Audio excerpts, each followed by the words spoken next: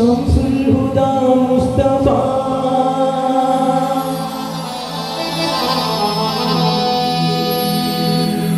ശറഫുൽ ബശീറെ ഹുദാ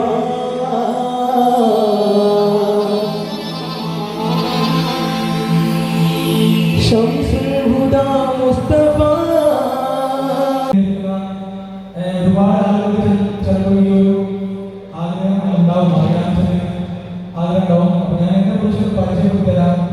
എന്റെ പേര് അബ്ദുസമദ്. ഞങ്ങളുടെ കൊണ്ടോട്ടി എയർപോർട്ടിലാണ്, കൊണ്ടോട്ട് പറയുന്ന സ്ഥലത്ത്. അപ്പോൾ നിങ്ങൾ മുന്നിൽ ഞാൻ രണ്ട് കൈയില്ലാത്ത ഒരാളാണ്. പക്ഷെ എനിക്ക് ജന്മനാ രണ്ട് കൈ ഉണ്ടായിരുന്നു. 12 വയസ്സ് വരെ ഒരു കുഴപ്പമില്ല, രണ്ട് കൈയുള്ള ഒരാളായിരുന്നു. മാത്രമല്ല 6ാം ക്ലാസ്സിൽ പഠിക്കുന്ന ടൈമിൽ ഒരു ഇലക്ട്രിക് ഷോക്ക് അടിച്ച് രണ്ട് കൈ മുറിച്ച് മാറ്റിയതാണ്. ചെറുപ്പത്തിൽ നമ്മൾ കുട്ടി തിരിച്ചാൽ കളിക്കുന്ന പ്രായത്തിൽ എന്താ പറയാ, ലൈനിന്റെ ക്യാബിൽ പിടിച്ചതാണ്. വയറിൽ പിടിച്ചു, രണ്ട് കൈയും കത്തി കഴിഞ്ഞു. മെഡിക്കൽ കോളേജ്, കോഴിക്കോട് മെഡിക്കൽ കോളേജിൽ നിന്ന് മുറിച്ച് ഒഴിവാക്കിയതാണ്. മുറിക്കാതിരിക്കാൻ വേണ്ടി എന്റെ പേരൻസും നമ്മുടെ നാട്ടുകാരൊക്കെ ഒരുപാട് ശ്രമിച്ചിട്ടുണ്ട്. കാരണം രണ്ട് കൈയും മുറിക്കാതെ എന്തെങ്കിലും ചെയ്യാൻ പറ്റുമെന്ന് ചോദിച്ചപ്പോൾ ഡോക്ടർമാർ പറഞ്ഞ വാക്ക്, രണ്ട് കൈയും എന്തായാലും മുറിച്ച് മാറ്റി ഒന്നും ചെയ്യാൻ പറ്റില്ല. കാരണം അത് എല്ലോടും കൂടെ കത്തി കരിഞ്ഞിട്ടുണ്ടെന്ന് പറഞ്ഞു. നമ്മള് കൈയുടെ മാംസം കത്തി കരിഞ്ഞ് ഭയങ്കര സ്മെല്ലും കാര്യങ്ങളും മാത്രമല്ല കറുത്തിട്ട് എല്ലാം കറുത്ത് ആകെ എന്താ പറയാ മുറിച്ച് ഒഴിവാക്കുന്ന രീതിയിൽ തന്നെയാണ്. അപ്പം വീട്ടുകാരുടെ നിർബന്ധപ്രകാരം ഒന്ന് ജസ്റ്റ് ഒന്ന് ഒരാഴ്ച വെച്ച് നോക്കാതെ പറഞ്ഞപ്പോൾ ഡോക്ടർമാർ ഓക്കെ പറഞ്ഞു. ഏകദേശം 4 ദിവസം 3 ദിവസം ആയപ്പോഴും അതിന്റെ ഡ്രസ്സിങ് കാര്യങ്ങൾ ചെയ്യുമ്പോൾ ആ ഒരു ടൈമിൽ എന്താ പറയുക, നമ്മളെ ഡ്രസ്സ് കയ്യിൽ വെള്ളം ഒഴിച്ച് ക്ലീൻ ചെയ്യുന്ന ടൈമിൽ എല്ലിൽ നിന്ന് മാംസമൊക്കെ വീഴാൻ തുടങ്ങി, എല്ല് മാത്രം കാണാൻ തുടങ്ങി. അപ്പൊ പിന്നെ അത് വെച്ചിട്ട് എന്തായാലും കാര്യങ്ങളൊന്നുമില്ലാതെ മനസ്സിലായി. കാരണം അനക്കാനോ ഒന്നും ചെയ്യാൻ ചലനം ഇല്ലാതെ രണ്ട് കൈകളായിരുന്നു. അപ്പം അതൊന്നും ചെയ്യാൻ പറ്റാത്ത അവസ്ഥകളായപ്പോൾ ഡോക്ടർമാർ പറഞ്ഞു വെച്ചിട്ട് കാര്യമില്ല, എന്തായാലും മുറിച്ച് ഒഴിവാക്കുമെന്ന് പറഞ്ഞു. അങ്ങനെ രണ്ട് കൈയും മുറിച്ച് ഒഴിവാക്കി. മാത്രമല്ല അവിടുന്ന് തന്നെ എനിക്ക് കാലുകൊണ്ടുള്ള പ്രാക്ടീസ് ചെയ്തു തന്നത് അവിടുത്തെ ഡോക്ടർമാർ സിസ്റ്റർമാരാണ്. എന്നോട് ആദ്യം തന്നെ പറഞ്ഞത്, സമ്മതി കൈ ഇല്ല എന്ന് വിചാരിച്ച് കൈകൾ മുറിച്ച് ഒഴിവാക്കി കൈകളില്ലാതെ ജീവിക്കാൻ പ്രയാസപ്പെടുന്നു വിചാരിച്ചത് ഒരിക്കലും ടെൻഷൻ ആവരുത്. കാരണം രണ്ട് കൈകളുമില്ലാത്ത ഒരുപാട് ആളുകളോട് ജീവിക്കുന്നുണ്ട്. പല ഇതിനേക്കാളും ഒരുപാട് പ്രയാസങ്ങൾ അനുഭവിച്ച് ജീവിക്കുന്ന ഒരുപാട് വ്യക്തികൾ നമ്മള് ഈ ഒരു ലോകത്തിൽ തന്നെ ഉണ്ട്, നമുക്കറിയാം. അങ്ങനെ എന്നോട് പറഞ്ഞ സമയത്ത് ഈ കാലുകൊണ്ട് എല്ലാ കാര്യവും ചെയ്ത് പഠിക്കണം. ആദ്യമായിട്ട് തന്നെ എനിക്ക് അവിടുന്ന് ഒരു പെന്നും നോട്ട് ബുക്കൊക്കെ വാങ്ങി തന്നു. കാലിന്റെ വിരലിന്റെ അടിയിൽ വെച്ച് കാലുകൊണ്ട് എഴുതാൻ പഠിപ്പിച്ചു. അതേപോലെ തന്നെ ചിത്രം വരയ്ക്കാൻ പഠിപ്പിച്ചു. അതുപോലെ ചെറിയ അന്നത്തെ ഒരു ചെറിയ ടോയ്സും കാര്യങ്ങളൊക്കെ അതൊക്കെ കാലുകൊണ്ട് പിടിച്ചാൽ ബാലൻസ് ചെയ്യാൻ വേണ്ടത് ചെയ്തവരെ ശീലിച്ചു തന്നു. പിന്നെ ഒരു 3-4 മാസത്തോളം ഞാൻ കോഴിക്കോട് മെഡിക്കൽ കോളേജിൽ അഡ്മിറ്റ് ആയിരുന്നു. അതിനുശേഷം ഡിസ്ചാർജ് വീട്ടിലൊക്കെ വന്നതിന് ശേഷം ഞാൻ 6ാം ക്ലാസ്സിൽ നിന്ന് 7ാം ക്ലാസ്സിലേക്ക് തിരിച്ച് ആ ഒരു ടൈമിലായിരുന്നു. അപ്പോൾ ഞാൻ സ്കൂളിൽ പോകുന്ന ടൈമിൽ എനിക്ക് ചെറിയൊരു സൈക്കിളൊക്കെ ഉണ്ടായിരുന്നു. അപ്പോൾ അത് വീട്ടിലൊക്കെ കണ്ടപ്പോൾ ഒരു ഭയങ്കര സങ്കടം. കാരണം നമ്മൾ ഒരുപാട് ഉപയോഗിച്ച് സൈക്കിൾ ഓടിച്ചുകൊണ്ടിരുന്ന സാഹചര്യത്തിൽ പെട്ടെന്ന് അത് പറ്റാത്ത സാഹചര്യത്തിലേക്ക് വന്നപ്പോൾ ഒരുപാട് സങ്കടമായി. ആ സൈക്കിൾ തന്നെ വീട്ടിലൊക്കെ കാണുമ്പോൾ ഒരുപാട് സങ്കടം ഉണ്ടായിരുന്നു.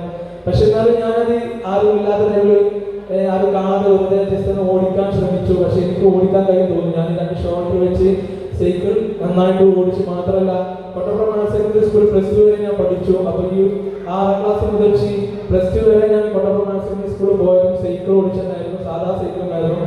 അതേപോലെ തന്നെ കാലുകൊണ്ട് എഴുതി എല്ലാ എക്സാമും കാര്യങ്ങളും കഴിയും. അതിൻ്റെ ഇടയ്ക്ക് ഞാൻ ഒരു നല്ല നീന്തുന്ന ഒരാളായിരുന്നു. കുളത്തിലും കോറിലും ഇതിൻ്റെ ഇടയ്ക്ക് കൈ പോയതിന് ശേഷം എനിക്ക് കൈയില്ലാന്ന് വിചാരിച്ചു. പക്ഷെ ഞാനത് അത് എന്താ പറയുക, നമ്മളതൊക്കെ പരിശീലിച്ച് പിന്നെയും ആ ഒരു ശ്രമമൊക്കെ നടത്തി വീണ്ടും പിന്നെ എന്താ പറയുക, നീന്തി പ്രാക്ടീസ് ചെയ്ത് എവിടെയും പോയി നീന്തും, കുളത്തിലും കോറിലും എവിടെ പോയാലും നീന്തും ചാടും. അതൊക്കെ റെഡിയായി. പിന്നെ കാലുകൊണ്ട് മൊബൈൽ ഉപയോഗിക്കാൻ പഠിച്ചു, കമ്പ്യൂട്ടർ ഉപയോഗിക്കാൻ പഠിച്ചു. അതേപോലെ തന്നെ ഒരുപാട് എന്താ പറയുക ചാരിറ്റി പ്രവർത്തനങ്ങൾ ഇങ്ങനെ ഒരുപാട് പോവാറുണ്ടായിരുന്നു.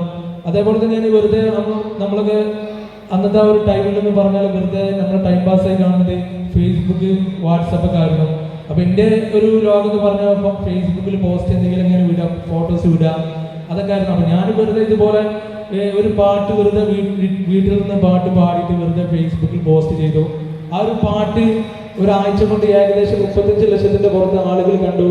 ഫ്ലവേഴ്സ് ടീമിലെ കോമഡി ഉത്സവം എന്ന വേദിയിലേക്ക് ആ ഒരു പ്രോഗ്രാമിന്റെ ആ സംഘാടകർ വിളിച്ചു, അതിൽ അവതരിക്കാൻ വരാൻ പറഞ്ഞു.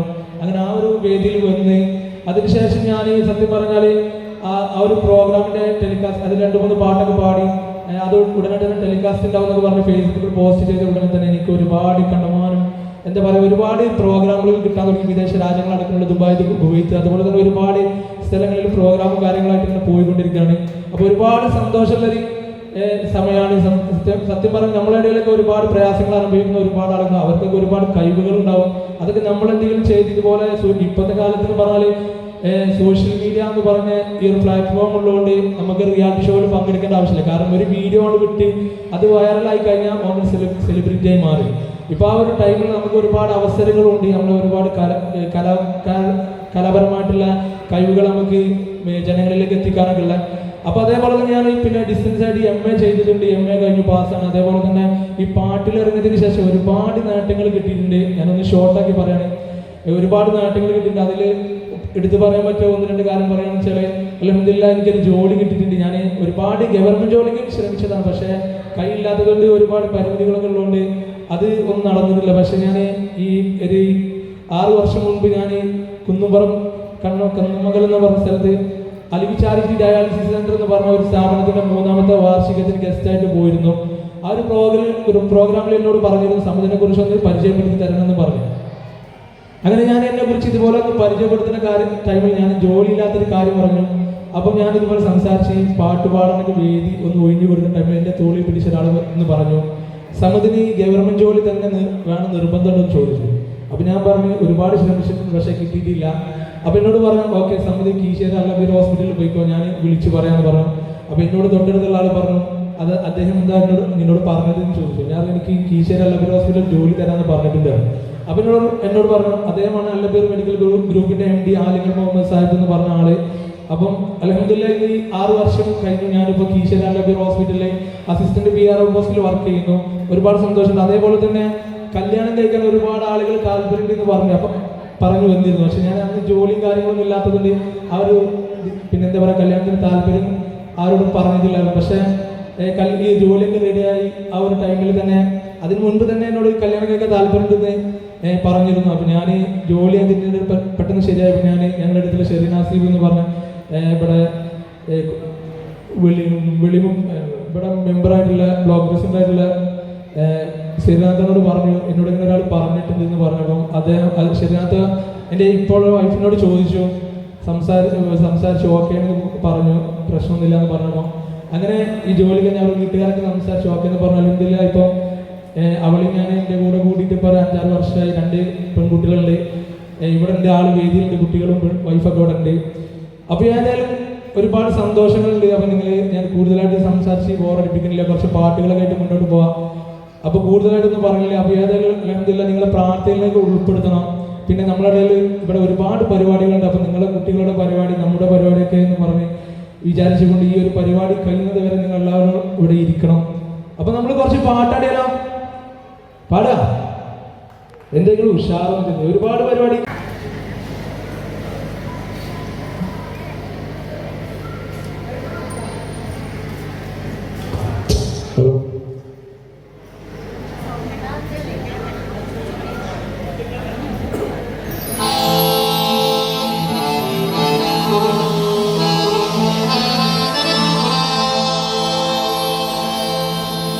ശംസുൽ ഹുദാ മുസ്തഫ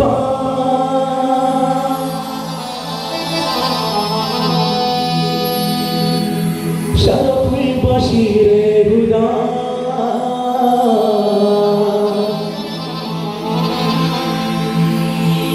ശംസുൽ ഹുദാ മുസ്തഫ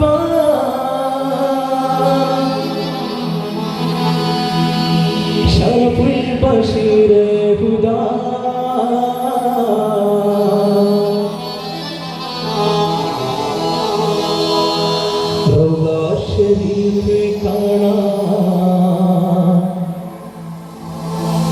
രാജാ തുണച്ചിടണേ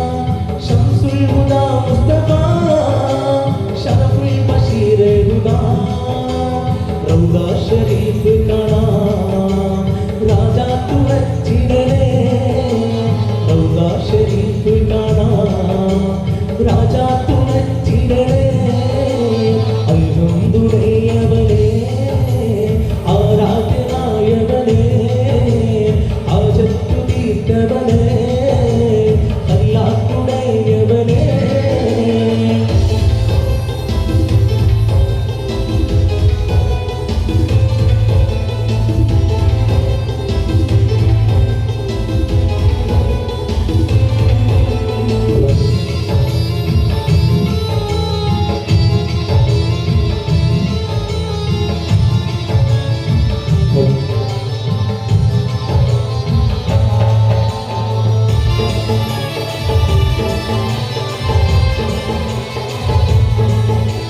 ജന്നത്തിൻ സ്പർശനമാ വിണ്ണോളം ശോഭിതമാ ജന്നത്തിൻ സ്പർശനമാ വിണ്ണോളം ശോഭിതമാ അജുറിൽ അക്ബദിനെ ചുംബിക്കാൻ വിധി കൂട്ടണേ അജുറിൽ അക്ബദിനെ ചുംബിക്കാൻ വിധി കൂട്ടണേ അൽഹംദുലില്ലാഹവനേ ആരാധ്യനായവനേ ആജത്തു തീർപ്പവനേ അല്ലാഹുടയവനേ